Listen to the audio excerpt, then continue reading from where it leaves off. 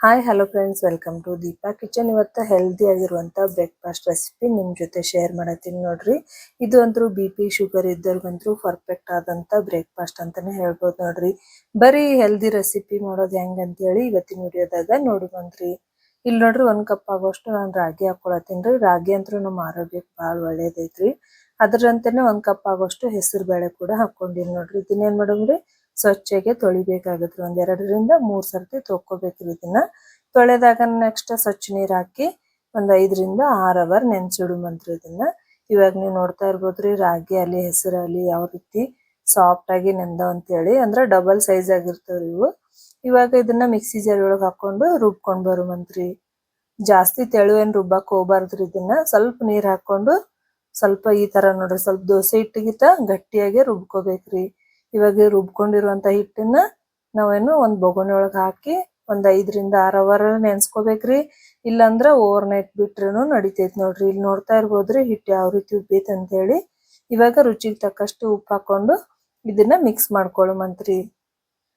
ನೋಡ್ರಿ, ನಾವ್ ಯಾವ್ದೇ ತರ ಏನು ಬೆಳೆಸಿಲ್ರಿ, ಜಸ್ಟ್ ರಾಗಿ ಹೆಸರು ಬೇಳೆ ಅಂತ ಮಾಡತ್ತೀವ್ರಿ ದೋಸೆ. ಇದು ಹೆಲ್ತಿ ಕೂಡ ಭಾಳ ಒಳ್ಳೇದೈತ್ರಿ. ನೀವು ಅಕ್ಕಿ ದೋಸೆಗಿಂತ ಈ ತರ ದೋಸೆ ದಿನಾ ಮಾಡಿ ತಿನ್ನೋದ್ರಿಂದನು ಆರೋಗ್ಯಕ್ಕೆ ಭಾಳ ಒಳ್ಳೇದೈತ್ರಿ. ಇವಾಗ ಏನ್ ಮಾಡುಮ್ರಿ, ತವಾ ಕೂಡ ಕಾದೈತ್ರಿ.